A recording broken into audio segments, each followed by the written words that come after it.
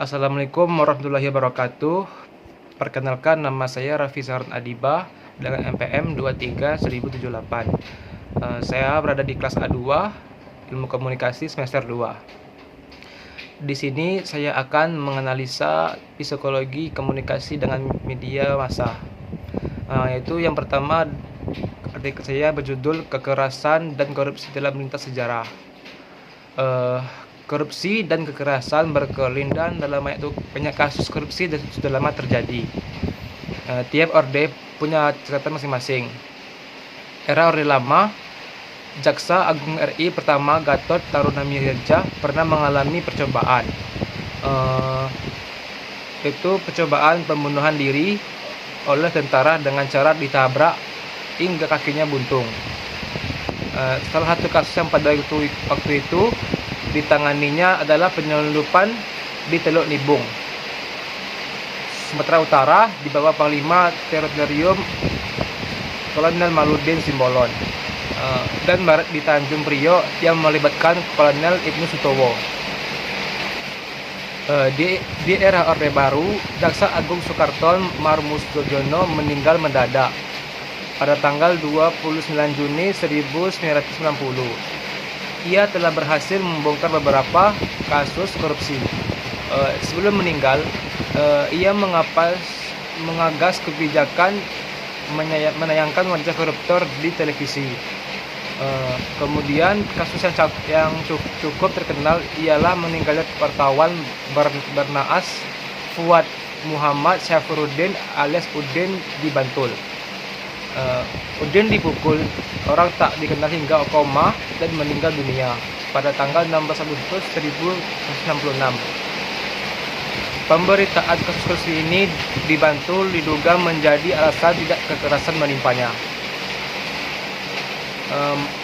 Memasuki Orde Reformasi, ada Hakim Agung Syafriuddin Karsasamista yang ditembak 4 orang tak dikenal pada 2001 silam.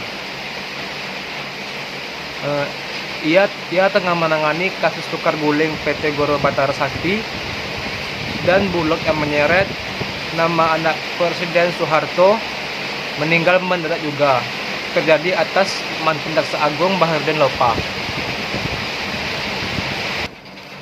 Kasus ini biasanya terdapat sejumlah sudut pandang untuk membedanya. Salah satunya adalah sudut pandang psikologis, yaitu psikologis orang yang takut mati.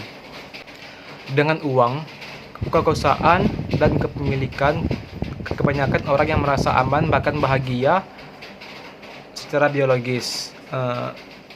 Tidak heran bahwa orang-orang yang seolah sedang berlomba untuk secepat mungkin meraih hal-hal tersebut dengan berbuat korupsi supaya kecemasan akan kematian berhenti mengejarnya. Katakanlah jika orang mencapai puncak kekuasaan dan kepemilikan, itu persoalan yang lain lagi. Dengan artikel saya yang kedua itu berjudul Pembunuhan. Kemarin masyarakat dikejutkan dengan berita seorang ibu yang tega membunuh anaknya dengan alasan agar anaknya tidak menderita hidup miskin seperti yang ia alami. Umumnya masyarakat memandang pembunuhan sebagai suatu tindakan yang keji dan tidak bisa diterima dengan alasan apapun. Namun, bagaimana jika kasus ini dilihat dari kacamata psikologi? Apa yang sebenarnya ada di dalam psikologi pelaku pembunuhan? Sesuai dengan judulnya, jika memandang sisi psikologi, tiap kasus pasti memiliki sudut pandang yang berbeda-beda. Setiap pelaku pembunuhan pasti memiliki kondisi psikologi yang berbeda-beda dan tidak bisa disamakan. Namun, kebanyakan pelaku pembunuhan memiliki latar belakang dan beberapa hal yang sama, sehingga hal tersebut dianggap sebagai faktor risiko atau penyebab seorang bisa menjadi pembunuh. Contohnya kasus ibu yang tega membunuh anaknya. Masyarakat mungkin memandang bahwa dia membuat trauma. Namun masyarakat tidak menyadari jika pembunuh juga bisa lahir dari trauma. Namun masyarakat juga tidak menyadari pembunuh juga bisa lahir dari trauma. Tidak banyak masyarakat yang benar-benar peduli akan akan kesehatan mental seseorang, termasuk kesehatan mental untuk sembuh dari trauma.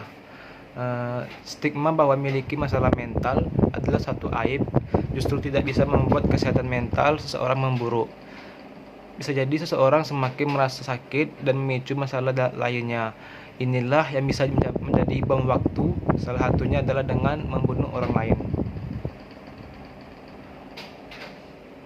Di sini ada penyebab orang membunuh. Yang pertama adalah agresi di dalam keluarga. Anak yang mengalami perundungan atau kekerasan di rumahnya cenderung tumbuh menjadi orang yang melakukan kekerasan di masa depan. Salah satunya risiko bentuk kekerasannya adalah pembunuhan. Yang kedua, pengalaman diabaikan. Anak yang pernah mendapatkan pengalaman diabaikan cenderung akan tumbuh dengan luka yang sulit sembuh. Hal ini bisa memicu kerusakan fungsi otak jangka panjang. Yang ketiga, keterikatan dalam hubungan. Seseorang yang ketika dalam proses tumbuh dan pematangan emosi tidak memiliki keterikatan hubungan yang baik, cenderung memiliki model hubungan yang destruktif ketika sudah dewasa. Yang keempat, rasa malu. Rasa malu yang mendalam biasanya muncul ketika seseorang mengalami perlindungan, baik secara kata-kata ataupun fisik. Mungkin itu saja 2 artikel saya dalam menganalisa psikologi komunikasi massa. Mohon maaf apabila ada salah kata atau yang tidak bisa dijelaskan. Saya akhiri. Wassalamualaikum warahmatullahi wabarakatuh.